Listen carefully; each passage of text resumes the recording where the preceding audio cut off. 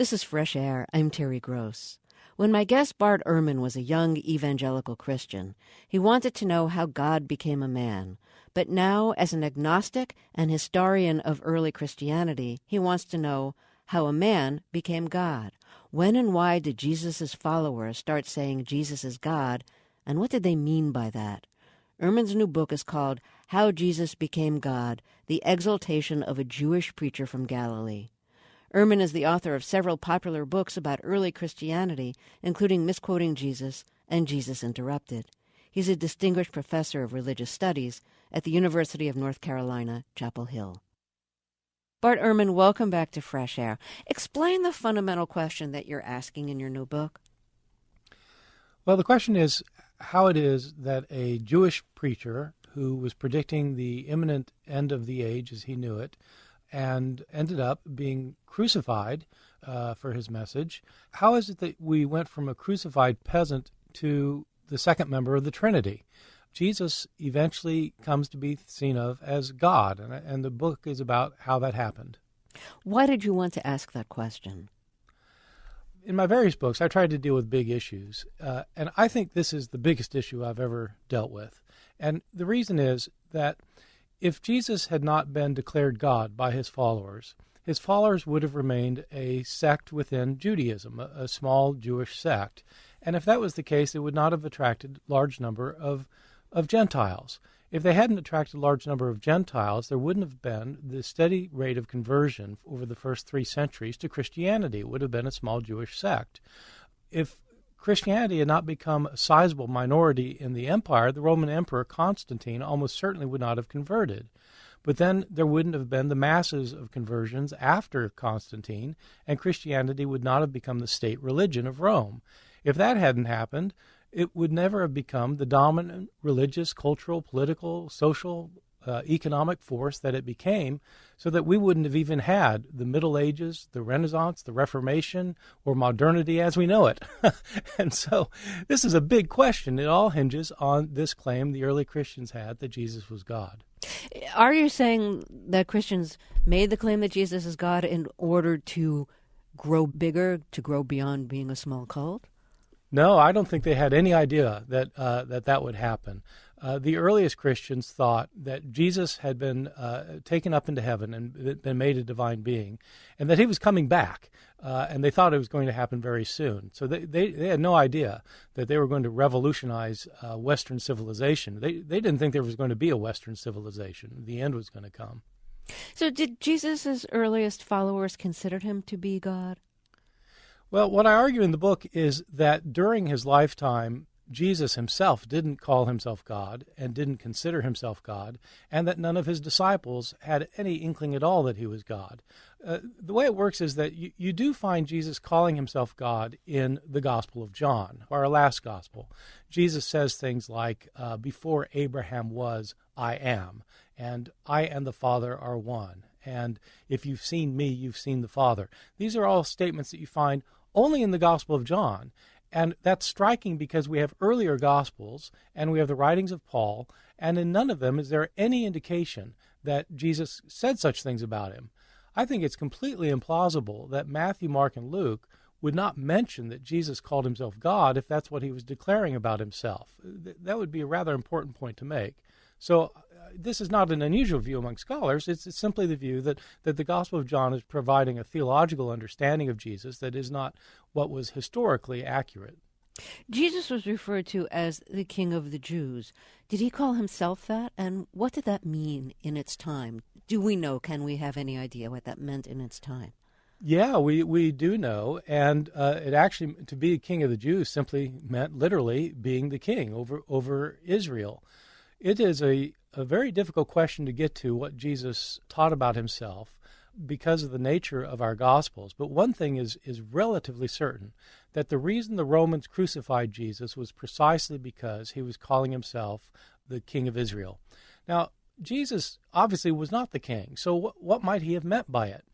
Well, what scholars have long thought is that Jesus was talking about not being put on the throne by means of some kind of political show of power, but that Jesus thought the world as he knew it was coming to an end, and God was going to bring in a kingdom, a new kingdom, in which there would be no more injustice or oppression or poverty or suffering of any kind. And in this kingdom, Jesus appears to have thought that he himself would be the future king. And so Jesus meant this not in the regular political sense, but in a kind of apocalyptic sense, that at the end of the age, this is what was going to happen. He was going to be installed as king. So Jesus saw himself as the Messiah. What else did that mean in its time? Well, a lot of Christians today have a wrong idea about what the Messiah was supposed to be. The word Messiah is a Hebrew word that literally means the anointed one. This was used in reference to the kings of Israel. The ancient kings of Israel, when they became king during the coronation ceremony, would have oil poured on their head as a sign of divine favor. And so the king of Israel was called God's anointed one, the Messiah. There came a point at which there was no longer a king ruling Israel, and some Jewish thinkers began to maintain that there would be a future king of Israel, a future anointed one, and they called that one the Messiah. And so the Messiah, for most Jews, simply referred to the future king of Israel. And so when Jesus told his disciples that he himself was the Messiah, he was saying that in the future, when God establishes the kingdom once more, I myself will be the king of that kingdom. And so it's not that the Messiah was supposed to be God. The Messiah was not supposed to be God. The Messiah was a human being who would be the future king. And that's probably what Jesus taught his disciples that he was. When you're asking the question of, did Jesus really rise from the dead? Was there really an empty tomb, a tomb that he had been buried in? As a scholar of the historical Jesus, where did he go to try to answer those questions? Well, there are some questions that history can answer and other things that history cannot answer. What I try to teach my students is that history is not the past. Now, that seems a little strange to my students, but I explain there are a lot of things in the past that we cannot show historically. For example, you can't show, even if you want to, you simply can't show what my grandfather ate on March 23rd, 1956. I mean, he ate something for lunch that day, I'm sure, but there's no way we have access to it. So it's in the past, but it's not part of history. History is what we can show to have happened in the past. One of the things that historians cannot show as having happened in the past is anything that's miraculous. Because to believe that a miracle has happened, to believe that God has done something in our world, requires a person to believe in God. It requires a theological belief. But historians can't require theological beliefs to do their work. That's why historians, whether they're historians of World War II or of the Napoleonic age or of ancient Alexandria, Egypt, historians who deal with historical subjects don't invoke miracle because it's beyond what historians can prove. Miracles may have happened in the past, but they're not part of history. So that applies to the resurrection of Jesus. Historians acting as historians, whether they're believers or non-believers, as historians, they simply cannot say Jesus was probably raised by God from the dead. But historians can look at other aspects of the resurrection traditions and see whether they bear up historically. So, for example, the question, was there an empty tomb? Was Jesus put in a tomb and 3 days later that tomb was found empty? Well, that's a historical question. And to answer it, it doesn't require any set of religious beliefs. You can simply look at the sources and come and draw some historical conclusions. Okay, so one of the things you look at is typically what happened to the bodies of men who were crucified. And when you try to answer that question, what answers do you come up with? You know, this is one of the things that really startled me in doing my research for this. I actually changed my views about this question about whether there was an empty tomb 3 days after Jesus' death. And the reason I changed my mind about it is because I decided to look into what we know about Roman practices of crucifixion. Now, it's interesting that we never have any literary descriptions in any writing at all. There's no description of how exactly crucifixion was performed. But there are references in ancient Greek and Latin texts that refer to people who have been crucified. And what is striking is that in virtually every instance we're told that the person was left on the cross in order to rot away and to be eaten by scavengers, so that the punishment of crucifixion wasn't simply the torture involved. It also was the horrible effect of not being given a proper burial. The desecration of the body after death. Absolutely. The body was to be desecrated, and this was scandalous to ancient people, but the Romans did it this way as a disincentive for crime. So it's not just that you're going to go through a horrible death. Your body is going to rot on the cross, and scavengers are going to eat it. And this is the typical procedure for crucifixion in the ancient world.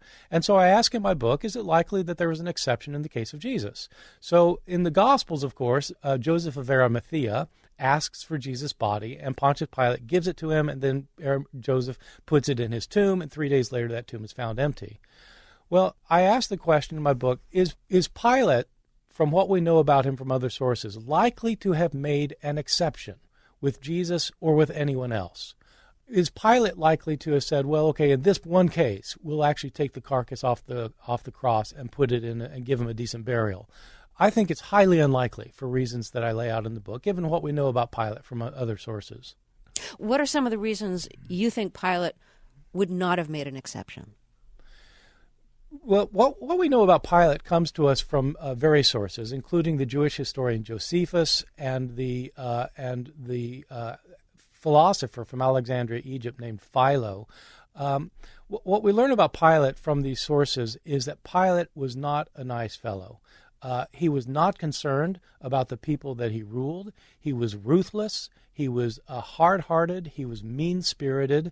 And he simply did not care about the religious sensibilities of the Jews in Palestine, as we learned from several episodes in both Josephus and Philo. And so even if the Jewish authorities who had arranged for Jesus to be crucified with Pilate, even if they decided, well, let's give him a decent burial, there's nothing in the record to suggest that Pilate would ever do that. And we have no record of any governor of any province in the entire Roman Empire who would bow to the religious sensibilities of their people in order to give somebody a decent burial. And so it seems unlikely to me that the exception was made in the case of Jesus. Say an exception was made. Do you have other questions about the entombment of Jesus before the resurrection? Yeah, before I wrote this book and did the research on it, I was convinced, as many people are, that Jesus was given a decent burial, and on the third day the women went to the tomb, found it empty, and that started the belief in the resurrection. Apart from the fact that I don't think Jesus was given a decent burial, that he was probably thrown into a common grave of some kind, apart from that, I was struck in doing my research by the fact that the New Testament never indicates that people came to believe in the resurrection because of the empty tomb. And this was a striking find because it's just commonly said that that's what led to the resurrection belief. But if you think about it for a second, it makes sense that the empty tomb wouldn't make anybody believe. If you put somebody in a tomb and 3 days later you go back and the body's not in the tomb, your first thought is not, oh, he's been exalted to heaven and made the Son of God. Your first thought is, somebody stole the body, or somebody moved the body, or hey, I'm at the wrong tomb. You don't think he's been exalted to heaven. And in the New Testament, it's striking that in the Gospels, the empty tomb leads to confusion, but it doesn't lead to belief. What leads to belief is that some of the followers of Jesus have visions of him afterwards.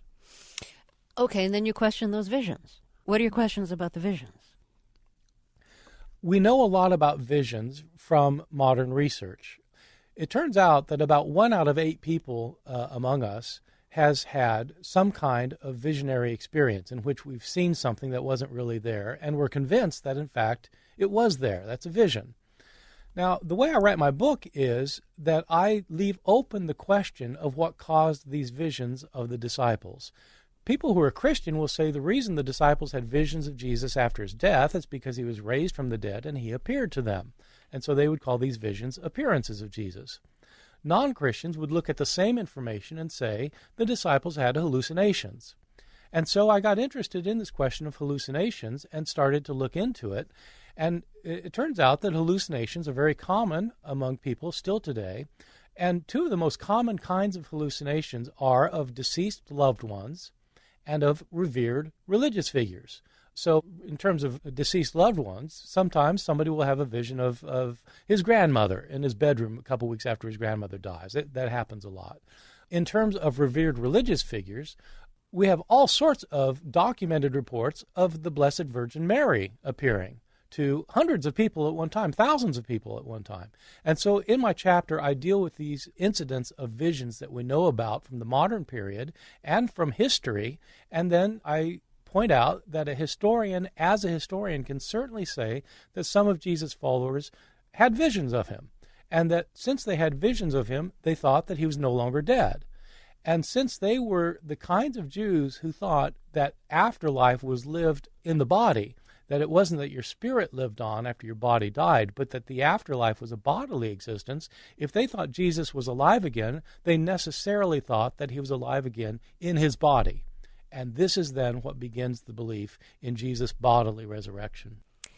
You write that the first 20 years after the death of Jesus is particularly significant in perceiving Christ as God. What happens during those first 20 years after his death? Those 20 years are really both really important and really mysterious, because we don't have any Christian writings from the period. The earliest Christian author we have is the Apostle Paul, whose letters were written mainly in the 50s of the Common Era. So if Jesus died around the year 30, and Paul's first letter is around 50, and that's our earliest writing, that means that we have a 20-year gap where we have no writings at all by any Christian. And so it's a complicated period to study. What I argue in my book is that in the New Testament, including in the letters of Paul and in the book of Acts, for example, there are occasional passages that scholars have identified as what they call pre-literary traditions. What that means is that the authors are quoting materials that had been in circulation prior to the time of their writing, and so they're pre-literary in their traditions because they've been floating around for a while. What's interesting is when you isolate the pre-literary traditions in Paul, in the book of Acts, that refer to Jesus and his status as the Son of God, what these consistently point to is that Jesus became the Son of God when God raised him from the dead, that it was at the resurrection of Jesus that God made Jesus his Son. This is what I call an exaltation Christology. Christology simply means your view of Christ, and an exaltation Christology is one that says that Christ had been a human being and that God had exalted him to a position of divinity. The earliest Christians, during those first 20 years, the very earliest Christians appear to have thought that that's what happened. God raised Jesus from the dead and made him a divine being. But there's another view of that, which is that, Jesus was always divine. That's right. And what I try to show in the book is that that's a later view within Christian circles, that the initial view, based on these pre-literary traditions, is that Jesus is exalted to be divine, and that as Christians thought about it more and more, they try to put it all together. And so the first Christians, as soon as they believe in the resurrection, they think God has taken Jesus up into heaven, he's made a divine being. Then they thought, well, it wasn't just at his resurrection, he must have been the Son of God during his entire ministry. And so Christians then started saying, he must have been made the Son of God at his baptism. That's a view that you appear to get in the Gospel of Mark, which begins with Jesus being baptized and God declaring him his Son at the baptism. As Christians thought about it more, they started thinking, well, he wasn't just the Son of God during his ministry, he must have been the Son of God during his entire life. And so they started telling stories about how Jesus was born the Son of God. And so there developed traditions about Jesus being born of a virgin. And so in our Gospels written after Mark, Matthew, and Luke, Jesus' mother is a virgin, so that he's the Son of God from his birth. As Christians thought about it more, they thought, well, he wasn't just the Son of God during his life, he must have always been the Son of God. And so then you get to our last gospel, the Gospel of John, where Jesus is a pre-existent divine being who becomes human. That point of view I call not an exaltation Christology, not going from a human to being made a divine being. I call it an incarnation Christology, where you start out as a divine being and then temporarily become human. And so these are the two fundamental kinds of Christology that you get in the earliest years, an exaltation and an incarnation Christology. So what were some of the beliefs in ancient times, in the times of Christ, about divine beings and earthly people, and whether they had any interaction at all, and whether there were divine beings on earth? Right. This is something that is not widely known outside the realms of scholars. We today, many of us think of Jesus as the only miracle-working Son of God of the ancient world. As it turns out, he wasn't the only one. There were a lot of individuals in antiquity, in Greek, Roman, and Jewish circles, who were thought to be both human and divine. There were basically three ways that this could happen. You find this in Greek and Roman mythology, and you also actually find it in Jewish texts. Sometimes you have a human being who is a superior human being, either unbelievably powerful or beautiful or wise, and because of this person's superiority, a god or the gods or the God of Israel exalts the person to heaven and makes that person a divine being. So the person starts out as a human and becomes divine. That's one way that a human can be divine. A second way is that sometimes in legend and mythology, a divine being will have sex with a mortal, and the offspring will be a divine human. So that, for example, that's how Hercules is born. Hercules' mother is a mortal, but his father is Jupiter, the king of the gods. So that's a second way, someone born to the union of a divine being and a mortal being. The third way is that sometimes divine beings can take on human shape.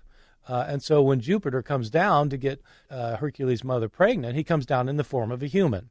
And so gods can temporarily become human. Now, these ways of looking at it are found in Greek and Roman mythology, but they're also found in Jewish texts. The Christians took up all three ways and applied them to Jesus. The earliest Christians maintained that Jesus was a human being who was made God, a divine being. Later, they ended up saying that Jesus was born to the union of God and a mortal because the Holy Spirit came upon Mary, and that's how she conceived Jesus. So Jesus literally had God as his father. And then later Christians started to say that, in fact, Jesus was a divine being who temporarily became a human being. So these three ways of understanding divine humans in the ancient world are picked up by Christians who developed their Christologies accordingly. So ancient Greeks and Romans believed that there were many gods and that those gods could visit Earth and that some gods actually procreated with humans. But at the same time, were some people elevated almost to the status of God? Was Julius Caesar, for instance, almost deified? Yeah, he wasn't almost deified. He absolutely was deified. And his adopted son, Caesar, who became Caesar Augustus, his adopted son Octavius, was very much in favor of the decision that, in fact, Julius Caesar had become a god, because if his father had become a god, what does that make him? He's the son of God. And so absolutely figures like Romulus became a god, the founder of Rome, and other people. And then the Roman emperors, of course, were often said to have become gods, either at death or sometimes even during their lives. And how did that deification of the emperor fit, do you think, in how the Romans changed Christianity when Constantine converted? One of the things that struck me in writing this book is I came to realize with a clarity that I hadn't seen before that right at the same time that Christians were calling Jesus God is exactly when Romans started calling their emperors God. So these Christians were not doing this in a vacuum. They were actually doing it in a context. And I don't think that this could be an accident, that this is the point at which the emperors were being called God. And so by calling Jesus God, in fact, it was a competition between your God, the emperor, and our God, Jesus. When Constantine, the emperor, then converted to Christianity, it changed everything, because now, rather than the emperor being God, the emperor was the worshiper of the God Jesus. And that was quite a forceful change, and one could argue it changed the understanding of religion and politics for all time. So you described how in ancient times Greek and Roman mythology have gods who come to earth, they have gods who mate with humans and have offspring. And you say that the whole debate over the nature of Christ came to a head in the early 4th century after the Emperor Constantine converted to Christianity. So how did Constantine, a Roman emperor's conversion to Christianity, change the debate about the nature of Christ's divinity? Well, the conversion of Constantine is absolutely everything to the success of Christianity, but also to this developing idea of who Jesus was as a divine being. And there are debates about why Constantine converted to Christianity. Some people think that he had a genuine religious experience as described in some of the ancient sources. Others think that it was more of a kind of a cynical political move on his part. And my view is that I'm not cynical about it. I think Constantine actually had a conversion, but there was a political component to it. Constantine was ruling over a fragmented empire, and Christianity provided precisely what he needed to have a kind of cultural unity in his empire, because Christianity emphasized oneness. There's only one God. There aren't lots of gods, as in Roman paganism. There's only one God. He has one Son. There's one truth. There's one faith, one hope, one baptism. It's all about oneness. And Constantine saw this as possibly a unifying factor for his fragmented empire. The problem was that Christianity itself was fragmented over this question of who Christ is. Is Christ a subordinate divine being who came into existence at some point in the remote past? Or is Christ fully equal with God, and as one who's equal with God has always existed? So it may seem like a kind of a refined theological debate, but it was splitting the church. And Constantine wanted the church to be unified because he wanted the unity of the church to help him unify his empire. So which side did Constantine come down on? Constantine himself didn't really care. When he talks about it, he says he thinks it's a trivial theological matter and he doesn't really care, but he wants the Christians to work it out. He wants them to agree, whichever way they go. So he calls a council where bishops from around the world were called together to decide this issue: who was Christ? Everyone at the council agreed that Christ was God. The question was, in what sense is he God? They debated these issues, and eventually one side won out. The side that won out was the side that said Christ has always been God, and he's equal with God. He's not a subordinate divinity. He's not lesser than God the Father. He's actually equal with God the Father. And this became then the standard belief from the Council of Nicaea. So I'm going to ask a question that I know will strike a lot of people as really stupid, so forgive me those people who think that this is stupid.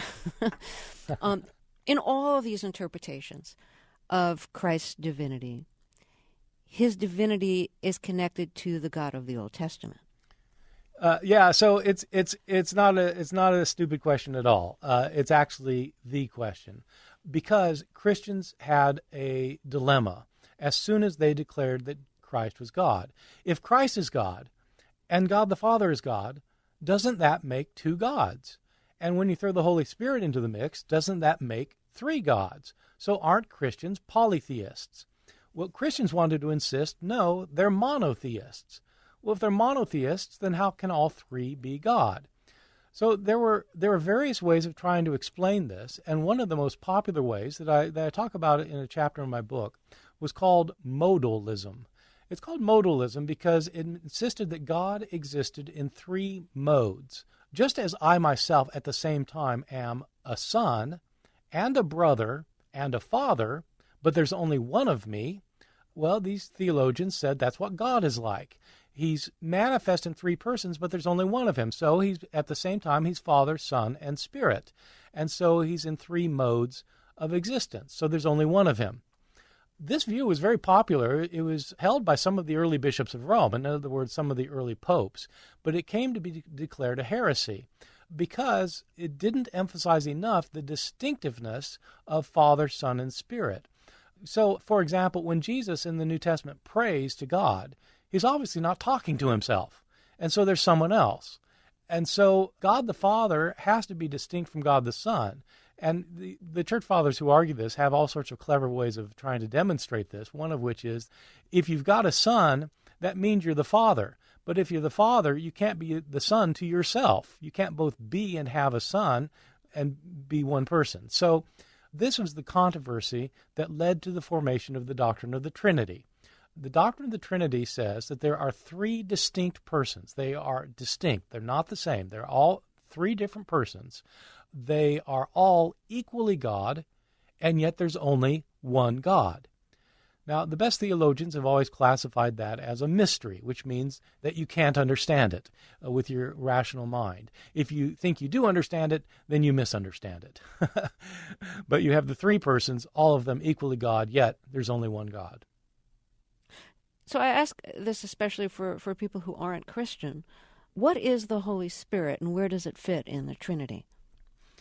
So throughout the Hebrew Bible, the Spirit of God appears on occasion. Including Genesis chapter 1, God creates the heavens and the earth, and the Spirit of God hovers over the water. So the Spirit of God seems to be something separate from God himself. And in the New Testament, Jesus talks about when he leaves this earth, the Holy Spirit will come as his replacement. And so it came to be thought that God existed, but that God had a spirit that was a separate being from him. And so the Christian theologians in the 3rd and 4th centuries started thinking that this third person was also part of the Godhead, so that you had not only God the Father in heaven and Christ his Son on earth, but also the Spirit who is among his people. And so that became part of the doctrine of the Trinity. Do you see the doctrine of the Trinity as almost being a transition in the Roman world from believing in many gods to monotheism? Well, it has been seen that way, and in the debates over the Trinity, when there were people who wanted to insist that the three persons are all distinct from one another, the Christian opponents said, you're polytheist like the Roman pagans. And so the balancing act was very complicated because Christian theologians wanted to insist that the Son could not be the Father, and the Spirit was not the Father or the Son. They're all different, and yet there's only one God. And so they ended up with a paradoxical affirmation that you have one God manifest in three persons. The three persons are distinct, but they're not different in degree, and they're not different in kind. They're all equally God, but there's only one God. And so this ends up then being a paradoxical affirmation.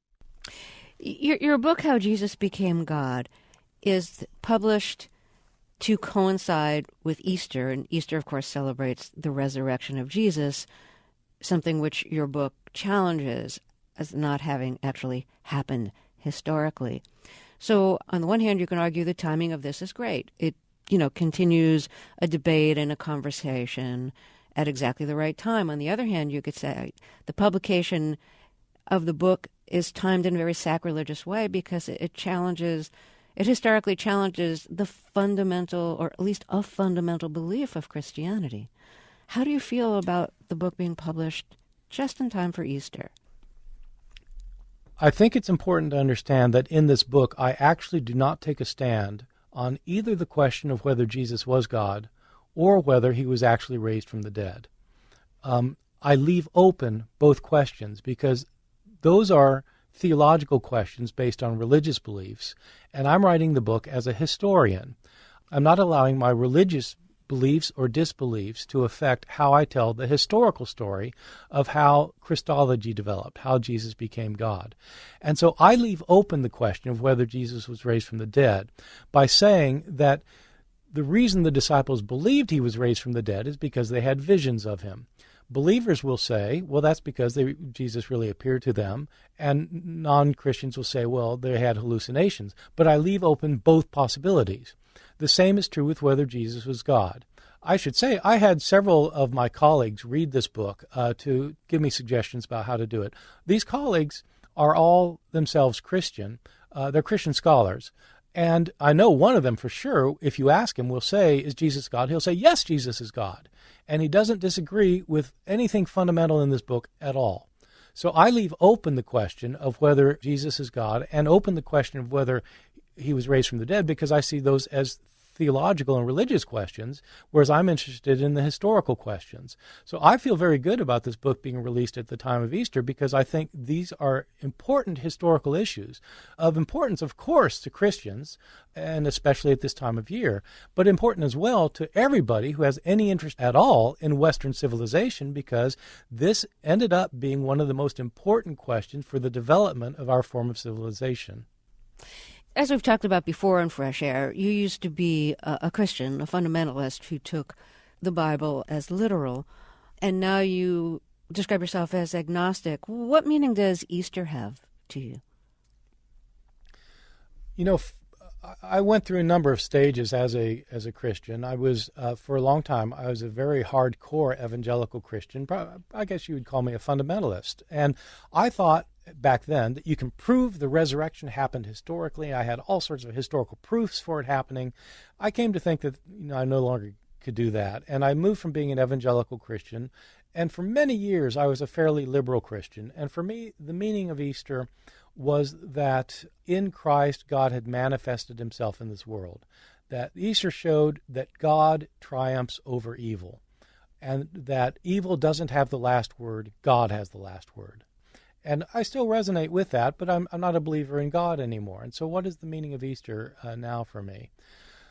I think Easter continues to show me that there is horrible injustice and oppression and political violence in the world, but that we should wrestle against it. In the Christian story of God raising Jesus from the dead, God was saying no to the Roman Empire and the forces that were aligned against him.